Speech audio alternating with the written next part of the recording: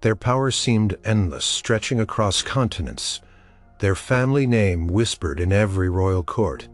The Habsburgs, for centuries, they ruled vast empires, from the Holy Roman Empire to Spain, from Naples to the Netherlands. But their dominance was never unopposed. Beneath the glittering surface of their might, dangerous currents stirred. Ambitious rivals, cunning strategists, and revolutionary leaders constantly sought to chip away at their power, to challenge their divine right to rule. Some sought land, some sought glory, and some simply wanted to see the Habsburg star fall. What follows are the gripping, intense life stories of 8 individuals who dared to stand against the most powerful dynasty Europe had ever known. They fought with armies, with words, with sheer will. Their conflicts reshaped maps, toppled thrones, and left a trail of blood and intrigue across centuries. Prepare to meet the people who made the Habsburgs truly fear for their empire. Number 1. Otto von Bismarck. The year was 1815, and Europe was finally catching its breath after the long, bloody shadow of Napoleon Bonaparte. In a small town east of Berlin, a boy named Otto Eduard Leopold von Bismarck was born into a family of landowners, Prussian Junkers. He was not born into royalty, not into the glitter of imperial courts, but into the stern, practical world of northern German aristocracy. As a young man, Bismarck was known for his wild streak, his love for duels, and his sharp mind often hidden beneath a veneer of aristocratic laziness. He studied law, served briefly in the army, and then settled into managing his family estates, seemingly destined for a quiet life in the Prussian countryside. But beneath the surface of the country squire, a keen political intellect was forming. Bismarck watched the currents of European power, especially the intricate dance between the 2 dominant German states, Prussia and Austria. For centuries, the Habsburgs of Austria had held the traditional leadership role within the German Confederation, inheriting the legacy of the Holy Roman Empire. Prussia, though rising in power, was still seen by many as Austria's junior partner. Bismarck saw this arrangement not as natural order, but as an obstacle. He believed Prussia, not Austria, was the rightful leader of the unified Germany. He saw the Habsburgs as a relic, a multi-ethnic empire that could never truly unite the German people under one banner. Bismarck began his political career as a conservative member of the Prussian parliament, speaking out against liberal reforms. His fiery speeches and sharp wit caught the attention of King Wilhelm I, who in 1862 appointed him Minister-President of Prussia. This was a pivotal moment, not just for Prussia, but for the Habsburgs, though they did not fully realize it yet. Bismarck immediately began to centralize power, dismissing the parliament when it resisted his military reforms. He famously declared in a speech to a budget committee that the great questions of the day would not be decided by speeches and majority resolutions, but by blood and iron. This was a direct challenge to the old diplomacy, to the very fabric of how European power had been managed. His first target was the military. Bismarck believed that a strong, modernized Prussian army was the only way to achieve his goals. He poured resources into training, new weaponry, and strategic planning, often bypassing parliamentary approval. While Prussia grew stronger, the Habsburg Empire, still reeling from internal ethnic tensions and the recent loss of influence in Italy, seemed less agile, more burdened by its long history. The perfect opportunity arose with the convoluted Schleswig-Holstein question. These 2 duchies, Danish-held but with large German populations, became a diplomatic tangle that Bismarck brilliantly exploited. In 1864, Prussia allied with Austria to defeat Denmark and seize the duchy. It seemed like a cooperative venture, but Bismarck had a deeper plan. He engineered disputes over the administration of the newly acquired territories, specifically over Holstein, which Austria administered. He made sure these disputes escalated, creating an unavoidable point of friction between the 2 great German powers. Bismarck knew that war was coming, and he prepared meticulously. He secured an alliance with Italy, promising them Austrian territory in exchange for their support. He ensured Russia's neutrality and subtly gained French acquiescence. He painted Austria as the aggressor, skillfully managing public opinion in Prussia, and beyond the conflict, when it came in 1866, was swift and decisive. It became known as the Austro-Prussian War or the 7 Weeks' War. The Habsburg military, once the bulwark of conservative Europe, faced a modern, efficient Prussian war machine. The decisive battle took place at Königgrätz, also known as Sadowa. On July 3, 1866, Prussian forces, utilizing new breech-loading rifles and superior tactics, overwhelmed the Austrian army. The defeat was crushing for Vienna. Thousands of Austrian soldiers were killed, wounded, or captured. The news sent shockwaves through the Habsburg court. Emperor Franz Joseph I, proud and deeply committed to his dynasty's historical role, was left reeling. Bismarck, despite the temptation of total victory, showed remarkable restraint. He pushed for a quick, lenient peace treaty. He did not want to humiliate Austria completely, or create a lasting enemy that would seek revenge. His goal was not to destroy the Habsburg Empire, but to remove it from German affairs entirely. The Treaty of Prague formally dissolved the German Confederation, ending centuries of Habsburg leadership in Germany. Prussia annexed several northern German states that had sided with Austria and formed the North German Confederation, a clear precursor to a unified German empire under Prussian control. The Habsburgs were forced to look eastward, transforming their empire into the Austro-Hungarian dual monarchy in 1867, a desperate measure to appease restless Hungarian demands for greater autonomy. This restructuring was a direct consequence of their defeat at Bismarck's hands. Their ancient claim to lead the German lands was gone, replaced by a Prussian king who would soon be crowned German emperor. Bismarck continued his work, provoking France into war in 1870. Leading to the final unification of Germany in 1871, the new German Empire led by Prussia stood triumphant, a powerful new force in Europe directly opposite the diminished Habsburgs. Bismarck had achieved his life's ambition. He had, through cunning, force, and relentless will, ended the Habsburgs' long-standing dominance in German-speaking Europe, fundamentally reshaping the political map and laying the groundwork for a new era of European power struggles. He was a political rival of the highest order, whose ambition directly led to the Habsburgs' loss of their most ancient and cherished sphere of influence. Number 2. Napoleon Bonaparte.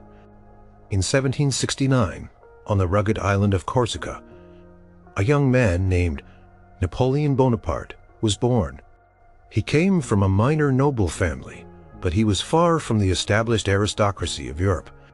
His native language was Corsican, and he began his life with an almost foreign perspective on the grand monarchies that ruled the continent. He entered a military academy in France, a small, intense student excelling in mathematics and artillery. The French Revolution, which erupted in 1789, changed everything for him and for Europe. It swept away the old order, kings, queens, and the very idea of inherited power. Napoleon, a young officer, saw in the chaos an opportunity. He rose through the ranks with astonishing speed, his military genius undeniable. His early campaigns in Italy against the Habsburgs of Austria were a stunning display of strategic brilliance. In 1796, as a young general, he led the French army of Italy against a larger, more experienced Austrian army. He was outnumbered, but he moved with lightning speed, outmaneuvering and outthinking his opponents. At battles like Lodi, Arcole, and Rivoli, he defeated the Austrians again and again, forcing them to sign humiliating peace treaties. The Treaty of Campo Formio in 1797, for example, stripped Austria of many of its territories in Italy and the Netherlands, giving them to France, or creating new republics under French influence. This was a direct blow to Habsburg power and prestige, a clear sign that a new dangerous force had arrived. Napoleon was not just a military commander, he was a political disruptor. He seized power in France in 1799, first as first consul. Then, in 1804, he crowned himself Emperor of the French. This act, so bold and unprecedented, was a direct challenge to the old monarchical order personified by the Habsburgs, who claimed legitimacy through centuries of tradition and divine right. For the Habsburgs, Napoleon was more than just a rival. He was the embodiment of the revolutionary spirit that threatened their very existence. Emperor Francis II of the Holy Roman Empire.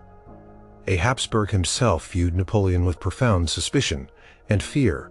The conflicts between Napoleon and the Habsburgs escalated.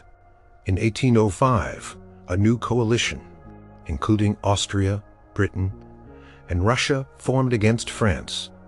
Napoleon responded with devastating speed. He marched his grand army across Europe, culminating in the Battle of Austerlitz in December 18. This was a masterpiece of military strategy where Napoleon decisively defeated the combined Austrian and Russian armies. The defeat was catastrophic for the Habsburgs. It forced them to sign the Treaty of Pressburg, which further stripped them of territory, including Venice and Tyrol. But the most profound blow came in 1806. Napoleon, after years of chipping away at the Holy Roman Empire's structure, forced Francis II to dissolve it entirely. This ancient institution, which had endured for over 1,000 years, and which the Habsburgs had led for centuries, simply ceased to exist. Francis II had to formally abdicate his title as Holy Roman Emperor. He retained his title as Emperor of Austria, a title he had created for himself in 1804 in anticipation of the Holy Roman Empire's end. The symbolic weight of this event was immense. It was the definitive end of an era, and it was Napoleon who wielded the axe. Despite these crushing defeats, the Habsburgs remained a formidable force, and they continued to resist. In 1809, Austria, believing Napoleon was distracted by campaigns in Spain, launched another war. Napoleon again defeated them, most notably at the Battle of Wagram. This led to the Treaty of Schönbrunn, another harsh peace, forcing Austria to cede more land and pay large indemnities. It was a humiliating string of defeats for the once mighty dynasty. In a strange twist of fate, in 1810, Napoleon sought a strategic alliance by divorcing his beloved Josephine and marrying Marie-Louise, the daughter of Emperor Francis I of Austria. This was meant to legitimize his dynasty and secure a powerful ally. A son was born, the King of Rome, linking the Bonaparte and Habsburg lines. But this dynastic marriage did not bring lasting peace. The fundamental ideological clash between revolutionary France and monarchical Austria remained when Napoleon embarked on his disastrous invasion of Russia. In 1812, Austria, initially a reluctant ally, began to waver. As Napoleon's power waned, Austria eventually joined the Sixth Coalition against him. At the Battle of Leipzig in 1813, a massive battle of the nations, Austrian forces fought alongside Prussians, Russians, and Swedes to decisively defeat Napoleon. The tide had turned. Napoleon was exiled, returned, and was finally defeated at Waterloo in 1815. The Congress of Vienna, led by the astute Austrian statesman Metternich, then set about restoring the old order, while the Habsburgs regained many of their lost territories and even gained new ones. The world had fundamentally changed.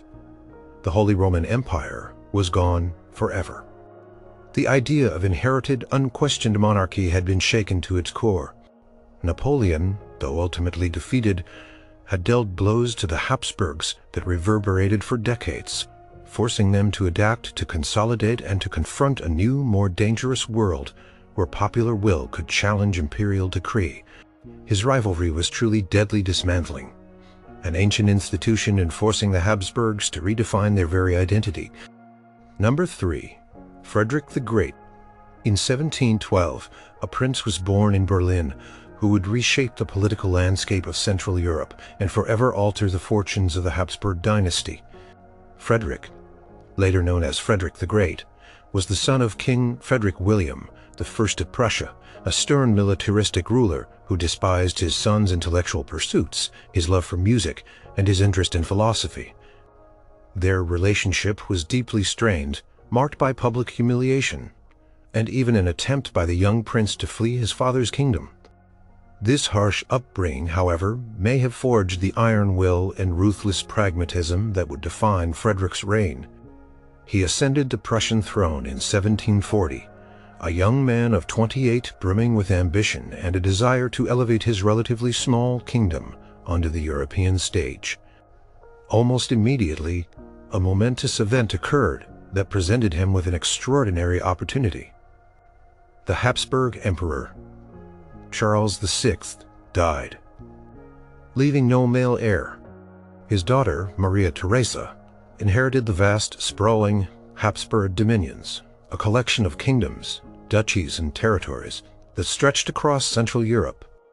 European powers had in theory agreed to recognize her succession through a document called the Pragmatic Sanction.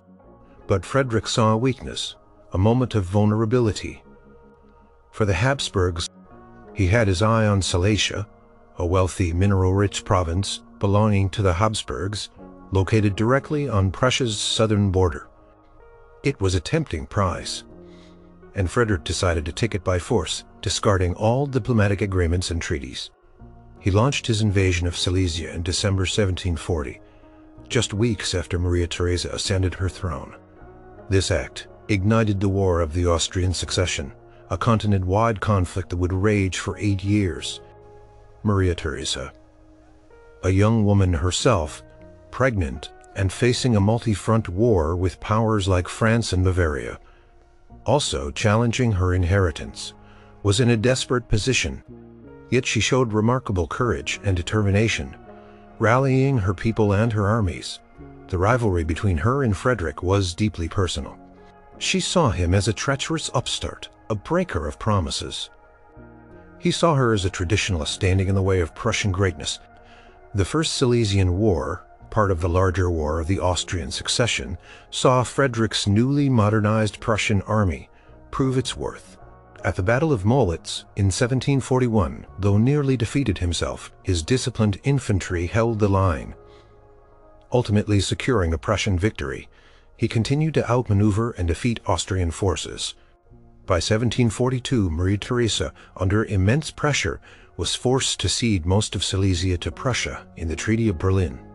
This was a massive territorial loss for the Habsburgs and a huge gain for Prussia, doubling its population and adding crucial resources. But Maria Theresa was not one to forget or forgive. She used the ensuing years to reform her army, improve finances, and strengthen her alliances. The conflict was not over. Frederick, always cautious, saw the renewed Habsburg strength as a threat. In 1744, he launched the Second Silesian War, once again invading Bohemia and Silesia to secure his gains. This conflict, too, ended with Prussian victories, confirming their hold on Silesia in 1745. Frederick's ambition, however, had created a powerful new enemy. Maria Theresa was determined to reclaim Silesia, no matter the cost. She skillfully formed new alliances, aligning with her traditional enemies, France and Russia. This diplomatic revolution created a formidable anti-Prussian coalition aiming to dismember Prussia. This led to the 7 Years' War, which erupted in 1756. This war was a monumental struggle for survival for Prussia. Frederick, facing overwhelming odds, fought brilliant defensive and offensive campaigns. At battles like Rossbach and Leuthen in 1757, he achieved stunning victories against larger French and Austrian forces, recruiting his tactical genius. Yet Prussia was often on the brink of collapse. Its resources stretched thin, its lands ravaged by invasion. Austrian and Russian forces even briefly occupied Berlin. Maria Theresa, meanwhile, committed vast resources to the war.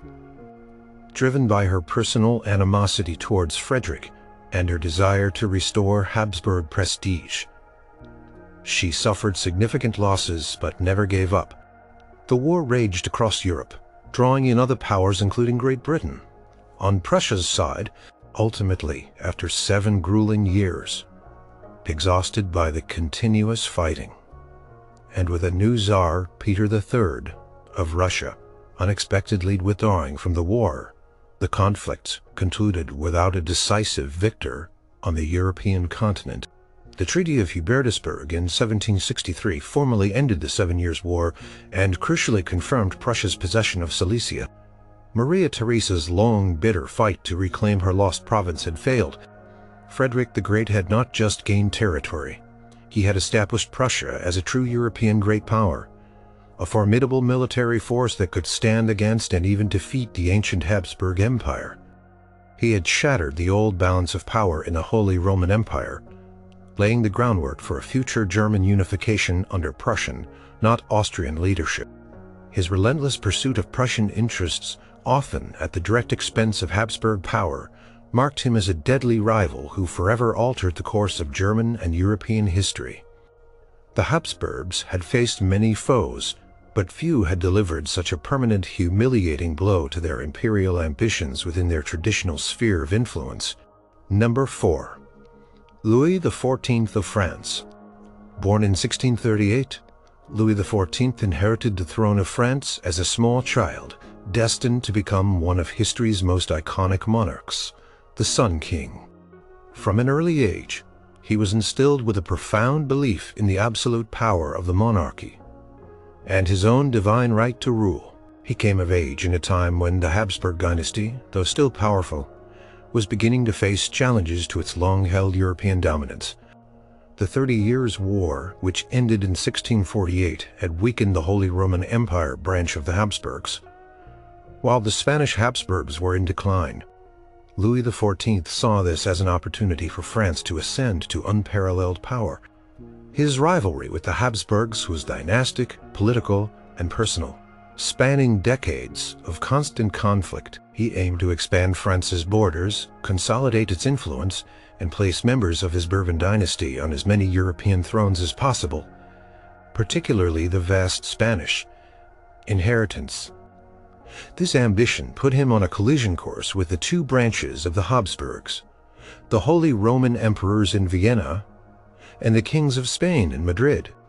Louis XIV's reign was characterized by a series of wars, each designed to chip away at Habsburg power and expand French territory.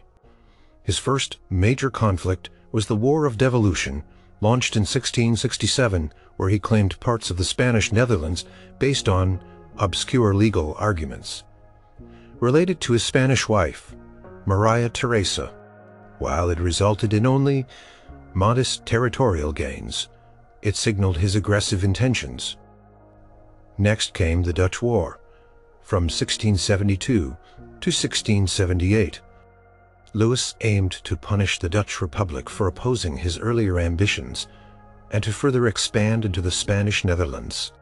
The Habsburgs, realizing the threat to the European balance of power, formed coalitions against him. But Louis's armies, led by brilliant generals, were formidable. The Treaty of Nijmegen, which ended the war, further solidified French gains, particularly in the Franche-Comté region, formerly under Spanish Habsburg control. Throughout these wars, Emperor Leopold I, the head of the Austrian Habsburgs, found himself constantly having to assemble coalitions to counter Louis's relentless expansion. Leopold, a devout Catholic, also had to contend with the Ottoman threat from the east, a perennial drain on Habsburg resources. Louis XIV often indirectly aided the Ottomans by maintaining pressure on the Habsburgs in the west, preventing them from fully concentrating their forces against the Turks. This cynical calculation by Louis showed the depth of his political antagonism towards Vienna. The rivalry intensified into what became known as the War of the Grand Alliance, or the 9 Years' War. From 1688 to 1697, Louis XIV, sensing weakness in the Holy Roman Empire, invaded the Rhineland. This provoked a massive coalition against him, including the Emperor Leopold I England, the Dutch Republic, and Spain. The war was brutal and costly, fought across multiple fronts. Though France achieved some battlefield victories, the sheer scale of the opposition prevented Louis from making decisive gains. The Treaty of Ryswick, while confirming some of France's earlier annexations, showed that Louis's ambitions were increasingly being checked by a united Europe, often rallied by the Habsburgs.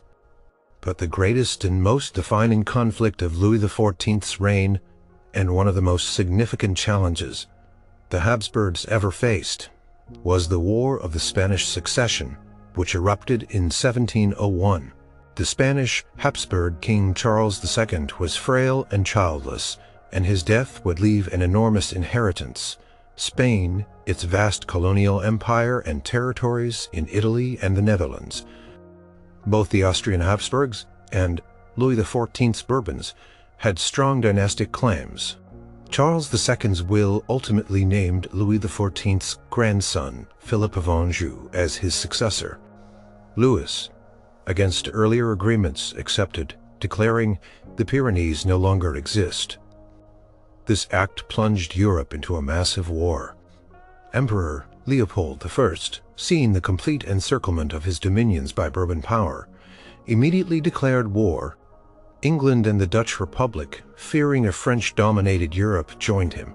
What followed was over a decade of intense fighting across Europe. The Habsburgs, led by skilled generals like Prince Eugene of Savoy and their allies, most notably the English Duke of Marlborough, inflicted heavy defeats on the French armies. Battles like Blenheim in 1704, Ramillies in 1706, Oudenarde in 1708, and Malplaquet in 1709 were catastrophic for Louis's forces. Despite these military setbacks, Louis XIV showed immense resilience. He rallied his nation, even as France was exhausted and suffering from famine. The war eventually ended with the treaties of Utrecht in 1713 and Rastatt in 1714. The outcome was a compromise. Louis's grandson remained King of Spain as Philip V, but on the crucial condition that the French and Spanish crowns would never be united. The Habsburgs of Austria received significant compensation, including the Spanish Netherlands, which became the Austrian Netherlands, Naples, Milan, and Sardinia. While Louis XIV did not achieve his ultimate goal of a unified Bourbon hegemony, he had fundamentally reshaped Europe. He had permanently removed the Spanish throne from Habsburg control, a massive blow to their dynastic power and prestige.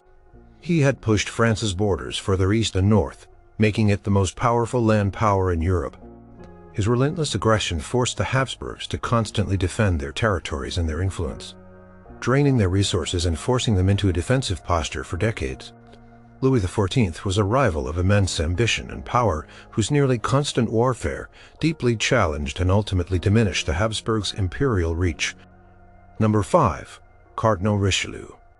Born Armand Jean du Plessis in 1585, the man who would become Cardinal Richelieu was not born into royalty or military might. He came from a minor noble family in France, destined initially for a career in the church due to a family tradition. He was intelligent, ambitious, and deeply attuned to the currents of power. He became a bishop at a young age and quickly rose through the ranks of the French court, serving first as a minister, and then becoming the principal minister to King Louis XIII in 1624. He would hold this position until his death in 1642, wielding immense power and fundamentally reshaping the destiny of France, and in doing so becoming a deadly political rival of the Habsburgs. Richelieu's primary objective was to consolidate royal power within France and to establish France as the dominant power in Europe. He saw the Habsburgs with their vast Spanish and Holy Roman Empire dominions as the greatest obstacle to this ambition. At this time, the Habsburgs seemed almost unassailable, controlling Spain, much of Italy, the Netherlands, and leading the Holy Roman Empire, which included Austria, Bohemia, and large parts of Germany. Their encirclement of France was a constant source of concern for Richelieu. His strategy was multi-pronged and brilliantly executed.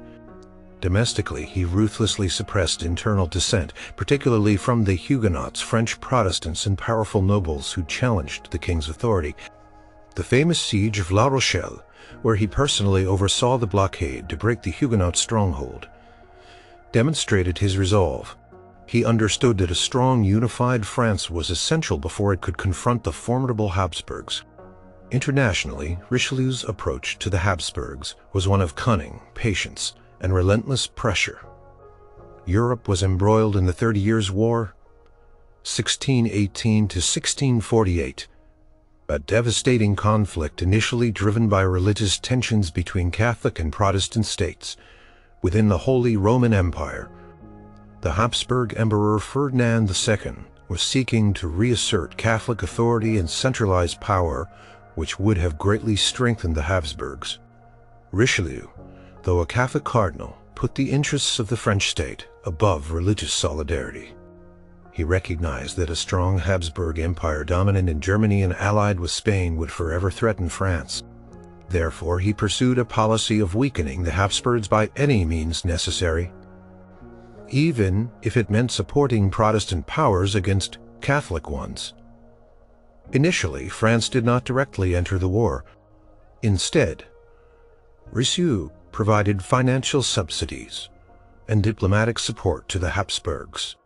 He bankrolled Protestant princes in Germany and, crucially, the Swedish king Gustavus Adolphus, who entered the war in 1630 and achieved stunning victories against the imperial armies. This indirect intervention allowed France to bleed the Habsburgs' resources directly, at least at first. Richelieu's agents were everywhere sowing discord, forming alliances, and undermining Habsburg influence. He also focused on disrupting the Spanish Road, a vital supply line that connected Habsburg, Spain's territories in Italy, to their possessions in the Spanish Netherlands. Running through the Holy Roman Empire, by seizing strategic passes and territories in the Alps and along the Rhine, Richelieu made it incredibly difficult for the Spanish Habsburgs to reinforce their armies in the Netherlands, or send troops to aid the emperor in Germany. This was a slow, deliberate strangulation of Habsburg logistics.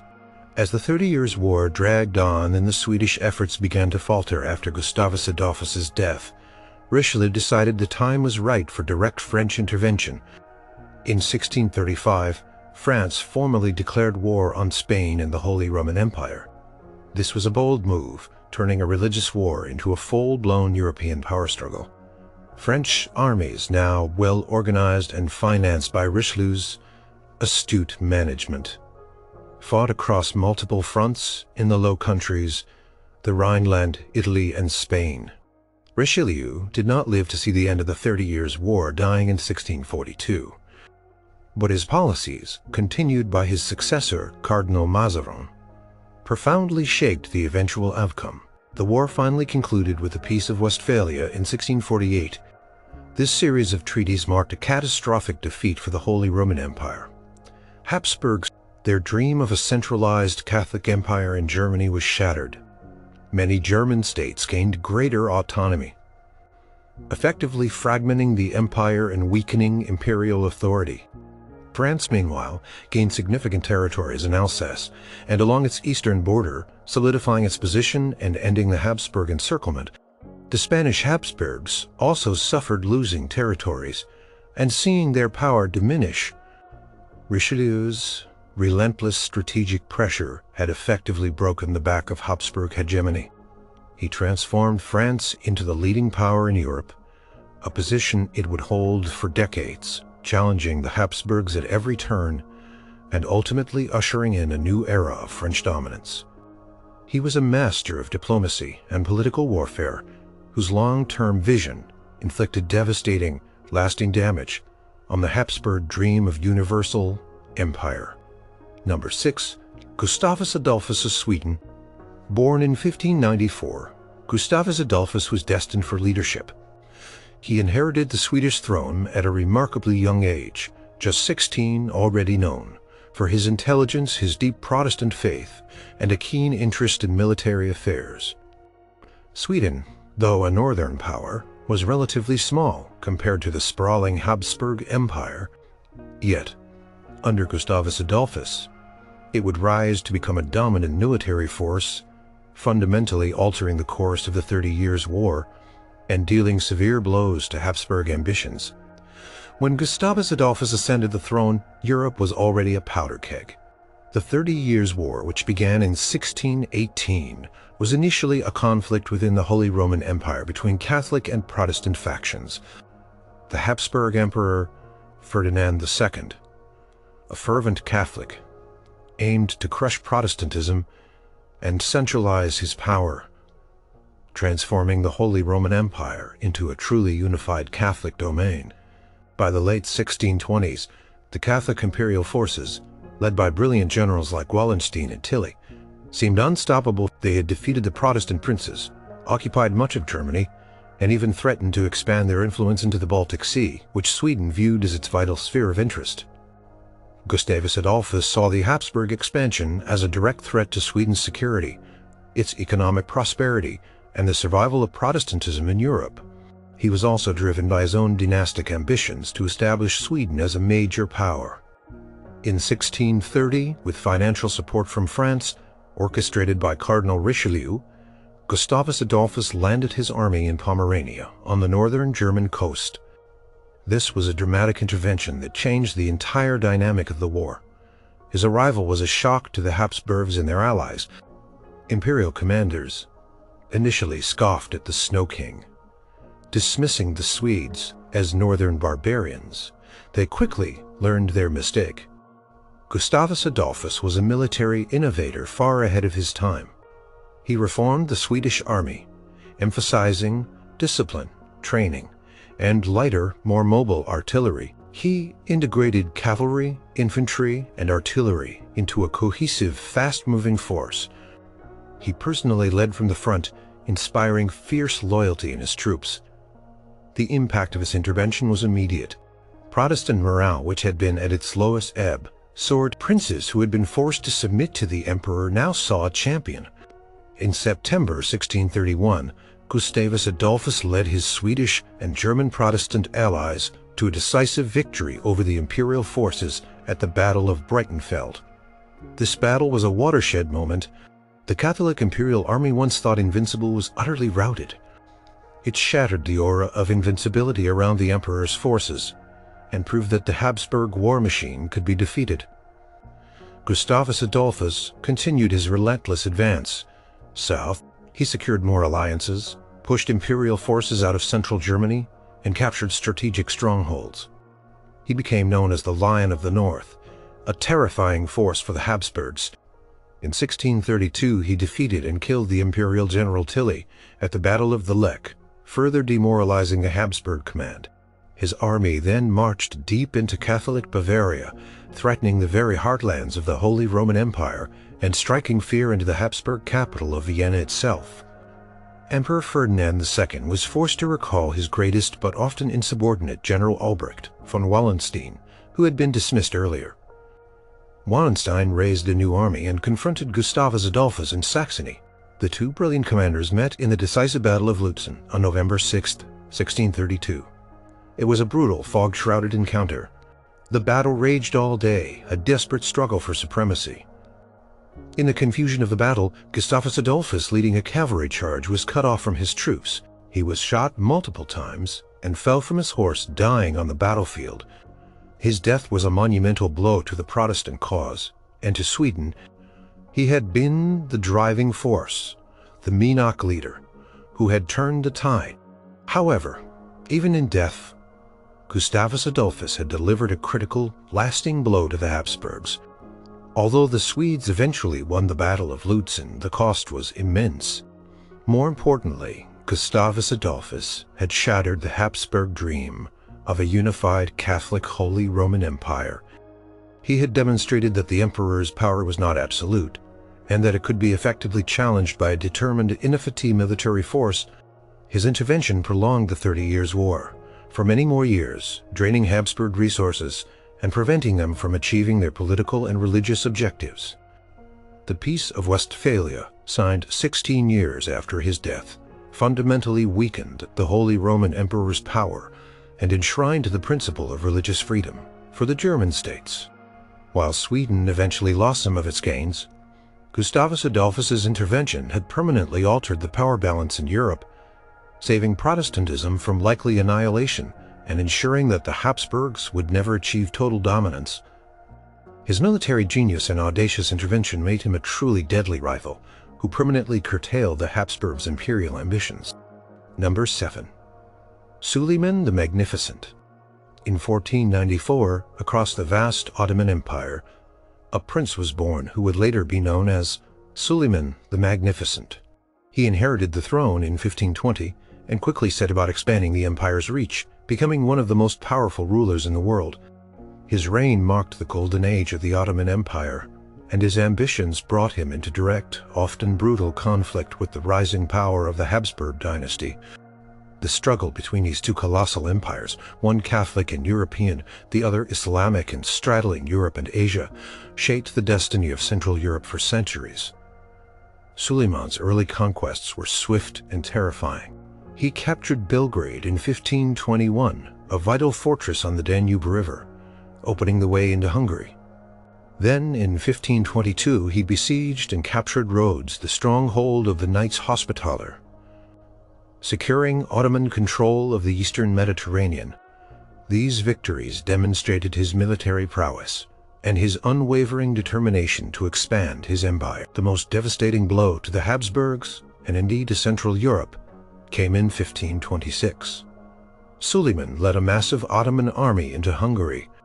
At the Battle of Mohacs, the Ottoman forces utterly annihilated the Hungarian army, killing King Louis II of Hungary and Bohemia, who was also the brother-in-law of Ferdinand I.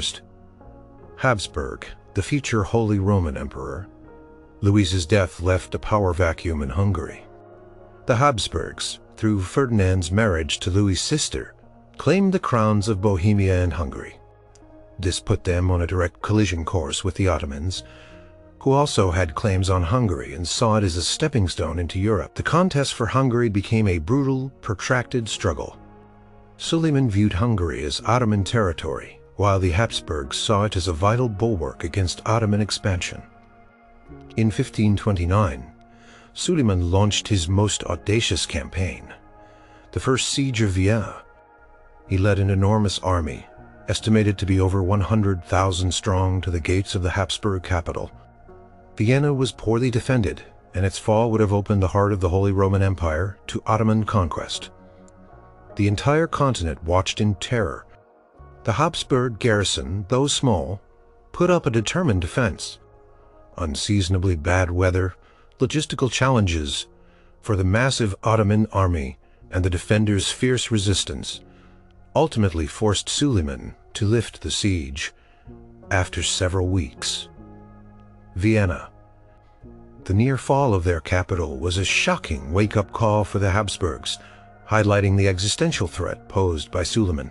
Despite the failure at Vienna, Suleiman's control over much of Hungary was solidified.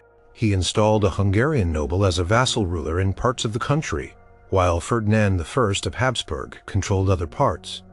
This division of Hungary into three parts, Ottoman, Habsburg, and Transylvanian, and Ottoman vassal, became a source of constant conflict and drained vast resources from both empires for generations. The Habsburgs had to maintain a strong military presence on their eastern frontier, diverting resources that could have been used to consolidate power elsewhere or fight other European rivals. Suleiman continued to launch campaigns into Hungary, often clashing directly with Ferdinand's forces. He captured Esztergom, Buda, and other key cities, further cementing Ottoman control. His fleet also dominated the Mediterranean Sea, clashing with Spanish Habsburg forces and disrupting their trade routes. The legendary Ottoman admiral Barbarossa, under Suleiman's command, terrorized Christian shipping and launched raids on coastal towns, keeping the Spanish Habsburgs constantly on edge. The sheer scale of Suleiman's power and his relentless pressure on the Habsburgs forced them into a defensive posture in Central Europe. For decades, the Habsburg emperors politicized the Ottoman threat over other European ambitions. They often had to make concessions to Protestant princes within the Holy Roman Empire to gain their support against the Turks, which inadvertently weakened imperial authority. Suleiman's reign came to an end in 1566 during his last campaign to Hungary, at the siege of Szigetvar. He died of natural causes before the fortress fell, but his legacy of conflict with the Habsburgs was firmly established. He had inflicted devastating military defeats, conquered vast territories, and pushed the frontier of the Ottoman Empire deep into Central Europe. He had forced the Habsburgs to constantly allocate immense military and financial resources to defend their eastern borders, fundamentally shaping their foreign policy and internal development. The long struggle with Suleiman the Magnificent was truly deadly, demanding a constant war footing and forever changing the geology map of Europe. Number 8. Francis I of France. Born in 1494, Francis I ascended the French throne in 1515. A young, ambitious, and mad king, he embodied the spirit of the Renaissance, a patron of arts, and a chivalrous warrior. His reign, however, would be defined by a relentless, personal, and often bitter rivalry with the most powerful ruler of his time, Charles V, the Habsburg Emperor. This rivalry was not just about territory. It was a grand struggle for dominance in Europe, a clash of two mighty dynasties, the Valois of France against the Habsburgs. The stage for their conflict was set almost immediately. In 1519, the Holy Roman Emperor Maximilian I died, leaving the imperial throne vacant. Both Francis I and Charles, then King of Spain, launched ambitious and costly campaigns to win the election. Charles, through a combination of strategic alliances, massive bribes to the electoral princes, and appeals to his Habsburg lineage, ultimately won the election. He became Charles V, Emperor of the Holy Roman Empire, adding this vast dominion to his already immense inheritance: Spain, Naples, Sicily, Sardinia, Austria, the Netherlands, and a burgeoning empire in the Americas. This meant Francis I was now surrounded by Habsburg territories, a situation he found intolerable. Their rivalry erupted into a series of wars known as the Italian Wars, specifically targeting control of the wealthy Italian states, especially Milan. Francis I believed France had historical claims to Milan, a key strategic point. Charles V, as Emperor and King of Naples, also saw Italy as vital to his overall imperial design. The first major confrontation came in 1525 at the Battle of Pavia in northern Italy. Francis I, leading his army in person, made a crucial tactical error. He was surrounded by Charles V's Spanish and imperial forces and suffered a catastrophic defeat. Thousands of French soldiers were killed, and King Francis himself was captured. This was an unprecedented humiliation for a European monarch. Francis was imprisoned in Madrid, a prisoner of his greatest rival. He was forced to sign the humiliating Treaty of Madrid in 1526, renouncing all French claims in Italy, Burgundy, and the Netherlands. As part of the agreement, his two young sons were sent to Spain as hostages to ensure their father's compliance. Francis, once back in France, immediately repudiated the treaty, claiming it had been signed under duress. He left his sons in Habsburg captivity, demonstrating his ruthlessness and determination to continue the fight. The wars continued, fueled by Francis's desire for revenge and his strategic imperative to break the Habsburg encirclement. He formed alliances with unlikely partners, demonstrating his pragmatic approach to power. He allied with the Italian states that feared Habsburg dominance, and most controversially, he sought an alliance with the Ottoman Empire, led by Suleiman the Magnificent, the very power that threatened Habsburg lands from the east.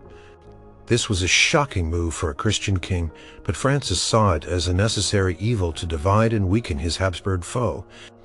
The Habsburgs, under Charles V, now found themselves fighting on multiple fronts, against the French in the west, against the Ottomans in the east, and against the growing Protestant Reformation within the Holy Roman Empire itself.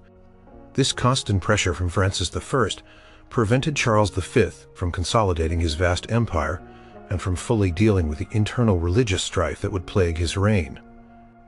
The rivalry escalated, becoming deeply personal. At one point, Francis I even challenged Charles V to single combat, though the duel never took place. The wars, however, did.